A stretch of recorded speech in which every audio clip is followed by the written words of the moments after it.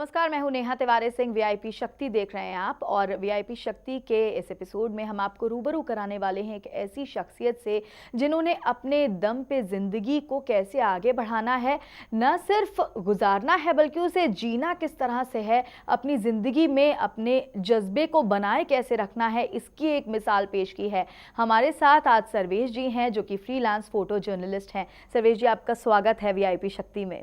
नमस्कार मैम, बहुत अच्छा लग रहा है हमें आज आपको यहाँ पर बुलाकर, खासकर इसलिए क्योंकि आप उन महिलाओं में से एक हैं जिन्होंने ना कोई प्रोफेशनल ट्रेनिंग ली है, ना कोई प्रोफेशनल बैकअप था। अपनी पर्सनल लाइफ में आपने बहुत संघर्ष किया और उसके बाद आज आप इस मुकाम पर खड़ी हैं कि आपकी कितनी सारी, अगर मेरे ख्याल से तो अनगिनत फोटोग्राफ्स हैं जो अलग अलग अखबारों में, वेबसाइट्स में, बुक्स में पब्लिश हो चुकी हैं।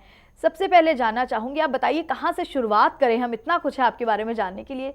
तो सबसे पहले शुरू से ही शुरू करते हैं। प्रोफेशनल लाइफ बताइए, कहाँ से आपने शुरुआत की, आपको प्रेरणा कहाँ से मिली बिना किसी प्रोफेशनल ट्रेनिंग के ये करियर चुनने की जिसमें बहुत ज़्यादा संघर्ष है? देखिए, मैं बाय चांस नहीं, बाय चॉइस नहीं, बाय चांस आई हूँ। मुझे किसी ने कैमरा मेरे जन्मदिन पे गिफ्ट किया और गिफ्ट करने के बाद मैं उसको सीखा।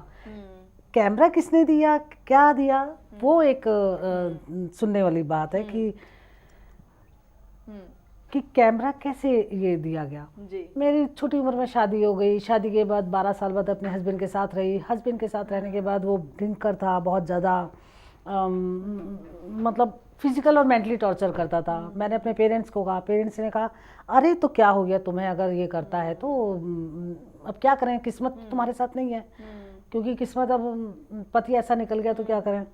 तो ये सब करने के बाद 12 साल में बहुत सहा उसका। तो कुछ एक घटना छोटी सी घट गई थी और उस छोटी सी घटना ने मेरे को काफ़ी ये किया कि अपने पैरों पर खड़े होना है, क्योंकि मैं उसके ऊपर डिपेंडेंट थी।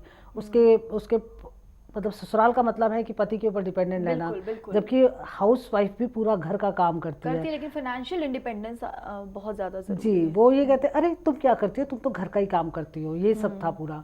फिर 12 साल बाद मैंने डिवोर्स दिया। डिवोर्स के बाद सहेली एक संस्था है, उसने मुझे सहायता दी। वहाँ मुझे आलोक नाम के व्यक्ति से मुलाकात हुई और आलोक ने मुझे कैमरा दिया। और उस कैमरे को लेके, क्योंकि जब कैमरा दिया तो कैमरा एक बहुत बड़ी चीज़ थी, पेंटेक्स K1000। तो उसके बाद मुझे लगा नहीं अरे कैमरा बड़ी चीज़ है ये, मतलब।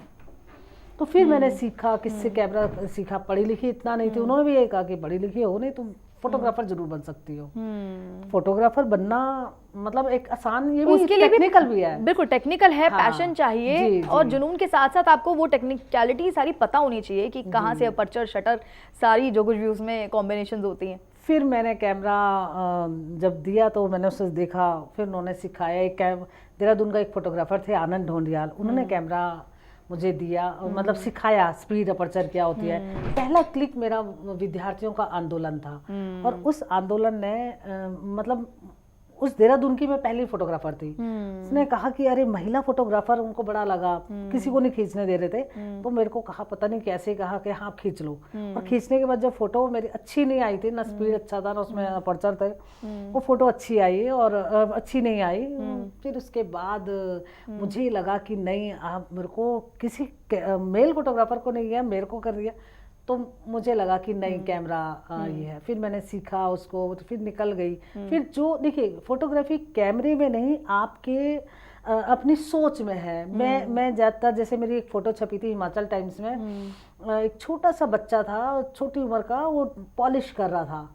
तो बहुत कॉम्पैक्ट था ये, अच्छा फ्रेम था, तो लोगों ने बहुत पसंद करी। इससे बड़ा उत्साह मिला मुझे कि नहीं, मैं फोटो कर सकती हूँ। तो बस धीरे धीरे फिर निकला, सीखा। फिर मैंने ग्रेजुएशन किया, क्योंकि मैं 12 पास थी। ग्रेजुएशन किया, ग्रेजुएशन के बाद तो फिर तो पीछे मुड़ के नहीं देखा। एक बार सीख लिया तो उसके बाद मैंने पीछे मुड़ के नहीं देखा। अभी तक की जर्नी से तो मुझे लगता है कि हमारे बहुत सारे दर्शक इंस्पायर हो गए होंगे कि कैसे आपने पेरेंट्स के प्रेशर में आके छोटी उम्र में शादी की। उसके बाद फिर अक्सर औरतें अपनी पूरी की पूरी ज़िंदगी उसी शादीशुदा ज़िंदगी में जूझते हुए बिता देती हैं, लेकिन आपने अपना वो जज्बा कायम रखा। आपने हिम्मत दिखाई कि आप अकेले लड़ेंगी और अकेले अपने दम पर कुछ करके दिखाएंगी। तो ना सिर्फ फाइनेंशियली बल्कि मुझे लगता है काफ़ी नाम आपका हो गया है, लोग आपको जानते हैं। कैसी फीलिंग आती है जब आपकी क्लिक क्लिक की हुई फोटोग्राफ्स कहीं छपती हैं, आपको उसके लिए अप्रिसिएशन मिलता है, तो कभी वो पुराने पल याद आते हैं? हाँ, जब पहली बार मेरी फ़ोटो, मुझे लगता था नाम छपना अखबार में बहुत बड़ी बात होती है। जब पहली बार मेरी फ़ोटो अखबार में छपी तो मैं सबको दिखाती थी, देखो देखो मेरी फ़ोटो छपी है, मेरा नाम छपा है। नाम छपना एक बहुत बड़ी बात होती थी। तो बस इसी को लेके, और फिर उसके इंस्पिरेशन होती है, फिर बड़ी एक बहुत बड़े नवभारत टाइम्स में छपी थी, और उसके बाद तो कितनी फ़ोटो छपी। अब तो नाम, मतलब कोई ऐसा अखबार नहीं है बड़ा जिसमें मेरा नाम ना छपा हो। बिल्कुल। और जब मेरी पहली एग्जीबिशन हुई तो लोगों ने बहुत सराही उस एग्जीबिशन को, और लोगों ने कहा कि नहीं, ये रघु राय की, जब रघु राय के साथ मेरा नाम लिया तो मुझे बहुत बहुत ये लगता है, रघु राय तो इंटरनेशनल फेम की है, मैं उनके आगे कुछ भी नहीं हूँ। तो बस यही लगा कि अरे लोगों ने अप्रिशिएट किया है, लोग ही आपका शीशा है, आईना है। बिल्कुल। और लोग बताते हैं कि आप क्या है क्या नहीं। बिल्कुल, यानी जो लोगों का रिएक्शन उस आपके लिए था वही एक बहुत बड़ी चीज आपके लिए, शायद वही सबसे बड़ा अचीवमेंट था। चलिए मैम, एक छोटे से ब्रेक के लिए हम रुकेंगे, उसके बाद आपसे कुछ और बातें करेंगे। एक छोटा सा ब्रेक, आप देखते रहिए वीआईपी शक्ति, जल्द वापसी होगी।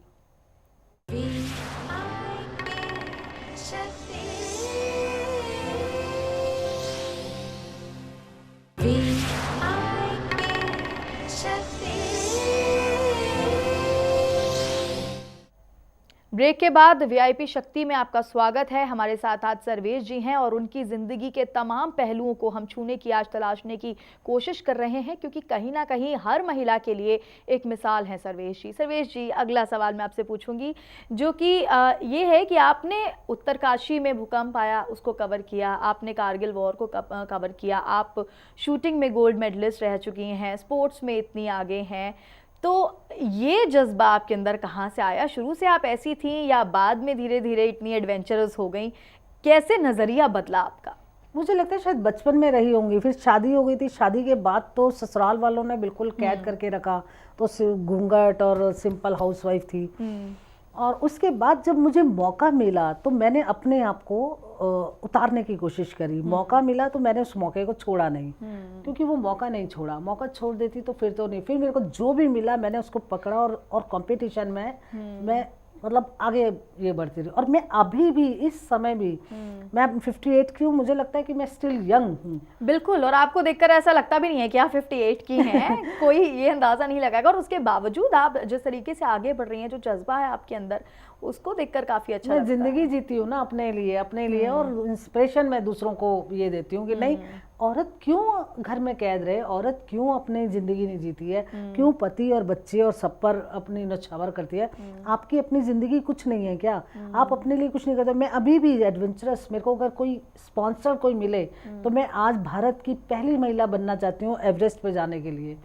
और 2 व्हीलर से अगर कोई ये करे तो मैं वर्ल्ड की हाईएस्ट रोड और वर्ल्ड की पहली महिला, जबकि इसमें 50 इयर्स की है जो खारदुंगला तक गई है 2 व्हीलर से, मैं वर्ल्ड की पहली महिला बनना चाहती हूँ। कोई स्पॉन्सर करे। स्पॉन्सर आजकल, अगर मैं IAS IPS की बेटी होती या पत्नी होती तो शायद बहुत सारे स्पॉन्सर मिल जाते।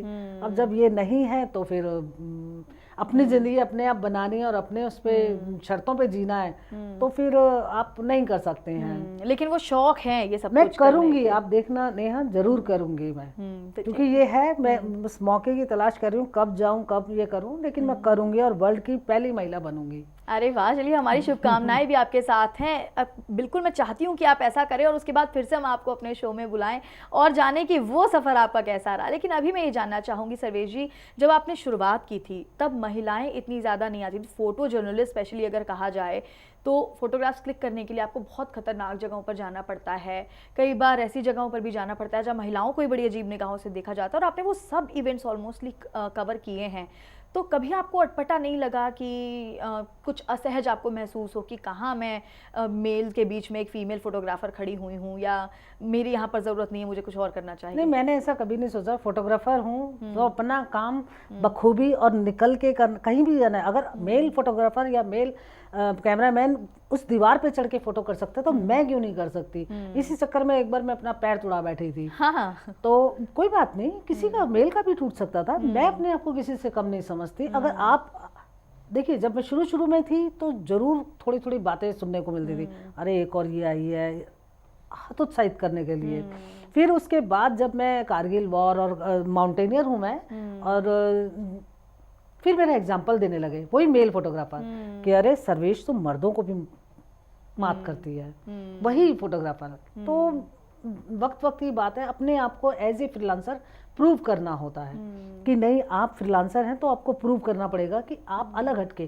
तो डेली न्यूज़ हर कोई करता है, मुझे अलग हटके काम करना था और मैंने अपने आप को प्रूव किया, क्योंकि अलग हटके आप करेंगे। अब कारगिल वॉर में एज ए फ्रीलांसर कौन मरने जाएगा, आपकी नौकरी है तो चले जाइए। अगर मैं गई हूँ तो मेरे को उसमें 100 से ज़्यादा मेरी फोटो छपी। उत्तरकाशी अर्थक्वेक में मैं कवर करके लाई, 50 से ज़्यादा फोटो छपी और एक हफ्ता मैं सड़क पर सोई, अर्थक्वेक में झटके झेले। मौत क्या होती है, तो आपको कुछ अलग हटके करना ही पड़ेगा अगर आपको कुछ करना है तो डेली काम तो लोग करते ही करते हैं। अब ये जो जैसे सेल्फ फिजी ने- मोटिवेशन है ये आपके अंदर बहुत ज़्यादा है, क्योंकि एक फ्रीलांसर के लिए इस तरीके से जाना, खतरनाक जगहों पर क्लिक करना, चलिए मेल्स का तो बहुत सुना है, लेकिन उस सोसाइटी में जहां औरत को इतना दबा के रखा जाता हो, आप एक एग्जाम्पल हैं जिन्होंने इतनी खतरनाक सिचुएशंस फेस की, तब भी आप स्टैंड रही और आपने बहुत कुछ हासिल किया ज़िंदगी में।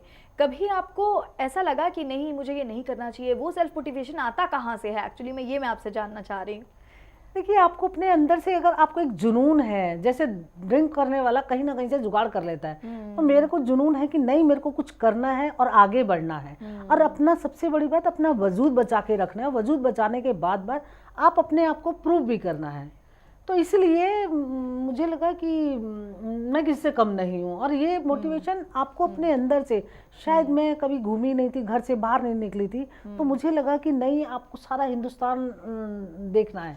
तो मैं सारा हिंदुस्तान घूम चुकी, कई कंट्री घूम चुकी हूँ। माउंटेनियर तो मैं 17,500 की हाइट तक जा चुकी हूँ, 2 व्हीलर से 9,000 की हाइट तक जा चुकी हूँ। तो ये आपके अंदर है और कुछ करने का जुनून होना चाहिए। मैं एक बात मानती हूँ कि जुनून बहुत बड़ी चीज़ है। जैसे पहली बार नाम छपा तो मैं दिखाती थी कि नाम छपना बहुत बड़ी बात होती थी। यानी वो जज्बा, वो जुनून आपके अंदर कहीं ना कहीं होता है, उसको आपको बरकरार रखना है, उसको आपको जगाए रखना है। सर्वेश जी, हमारे साथ रीता सिन्हा जी जुड़ी हुई हैं जो आपकी मुंह बोली बेटी हैं, उनसे बात कर लेते हैं। रीता जी, आपका स्वागत है वीआईपी शक्ति में। आपको आवाज मिल रही है? हाँ जी रीता जी, सबसे पहले आपसे ये जानना चाहेंगे, आप मुंह बोली बेटी हैं सर्वेश जी की, कैसा लगता है आपको? क्योंकि ये पर्सनालिटी हैं, अचीवर हैं, अपनी ज़िंदगी में बहुत कुछ इन्होंने झेला, उसके बाद प्रोफेशनली भी इन्होंने बहुत चैलेंजेस फेस किए, उसके बाद यहाँ पर हैं। आपको कैसा महसूस होता है? बिल्कुल, मुझे बहुत ही अच्छा लगता है। मैं उनकी बेटी, बहन, बड़ी दीदी और माँ की तरह आप कुछ भी आप ले सकती हैं, कुछ भी कह सकती है। हालांकि हमारा कोई ब्लड रिलेशन नहीं है। मैं इन्हीं के घर पे ऊपर रहती थी, एज ए टेनेंट रहती थी। लेकिन मैंने इनको उस टाइम से जब जानती हूँ, जब से इन्होंने बहुत अपने लाइफ में स्ट्रगल किया है, स्ट्रगल टाइम से इनको देख रही हूँ कि बहुत स्ट्रगल, छोटी छोटी चीजों से लेकर के हर चीज के लिए स्ट्रगल करके आज आप जहाँ देख रही हो वहाँ पहुँचने में इन्होंने बहुत स्ट्रगल किया है। रीता जी, एक दो किस्से आपसे सुनना चाहेंगे।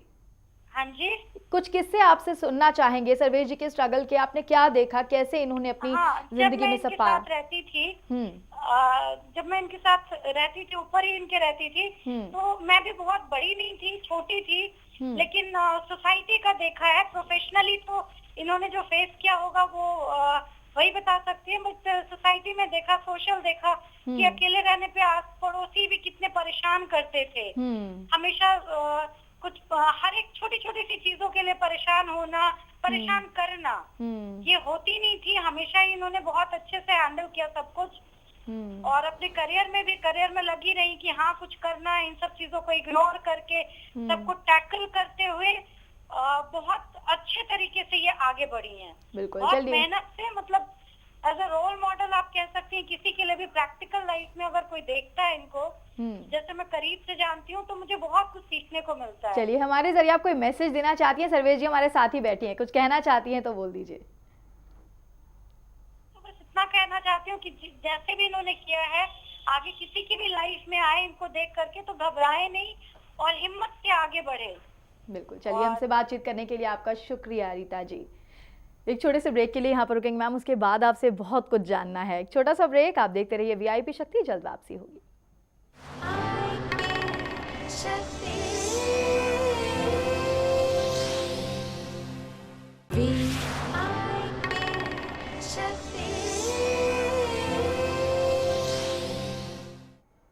ब्रेक के बाद स्वागत है आपका वीआईपी शक्ति में। आज हमारे साथ सर्वेश जी हैं जो कि फ़ोटो जर्नलिस्ट हैं और बहुत अच्छा लग रहा है सर्वेश जी के बारे में जानने में, क्योंकि बहुत प्रेरणा मिल रही है आपसे बात करके। पर्सनली भी अगर बात करूं मैं अपनी तो बहुत अच्छा लग रहा है।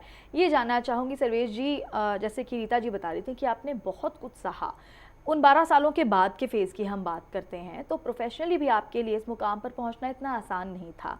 कभी ऐसा लगा कि नहीं अब मैं टूट गई हूँ, अब मुझसे नहीं होगा या मुझे क्विट कर देना चाहिए? नहीं, बहुत बार लगा। और जैसे कभी कोई इस प्रोफेशन में कुछ ऐसे अलग स्टाइल से कुछ कहना, अब मैं बड़े बाप की बच्ची नहीं थी या मैं बड़े बाप मतलब पैसा नहीं था तो मैं भूखी रही हूँ, 3-3 दिन तक भूखी रही हूँ, क्योंकि रोल डेवलपमेंट इनके पैसे कहाँ से आते।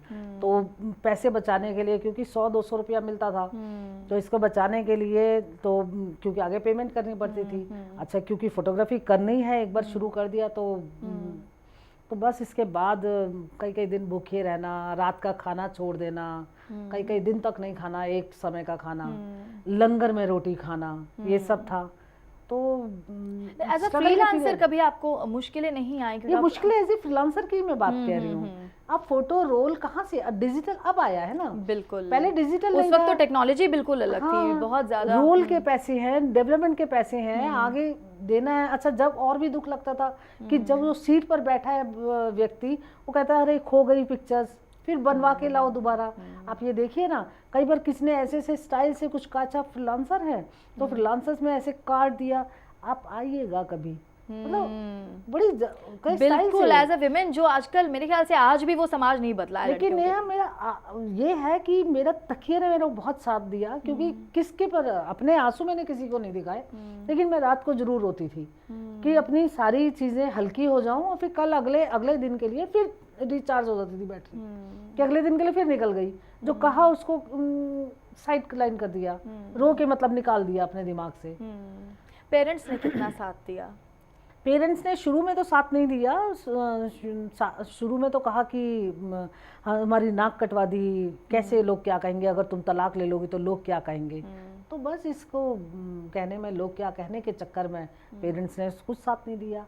जब मेरा थोड़ा नाम हुआ तो फिर कहने लगे अरे ये तो हमारी बेटी है, ये हमारी बहन है, इस टाइप से, मतलब फिर तो आना जाना भी हो गया। पेरेंट्स फिर कई बार मेरे पास भी आके रुके, जब मैंने अपना एक छोटा सा घर खरीद लिया। तो जब कहते हैं ना कि आपके दिन अच्छे नहीं होते हैं तो परछाई भी साथ छोड़ देती है।